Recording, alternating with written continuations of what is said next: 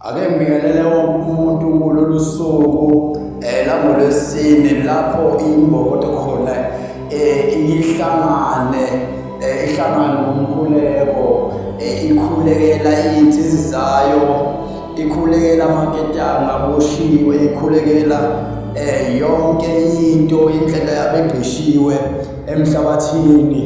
Ake ngibonge kakhulu, ngithathe nje lesikhathi sami ngibongele imbokodo.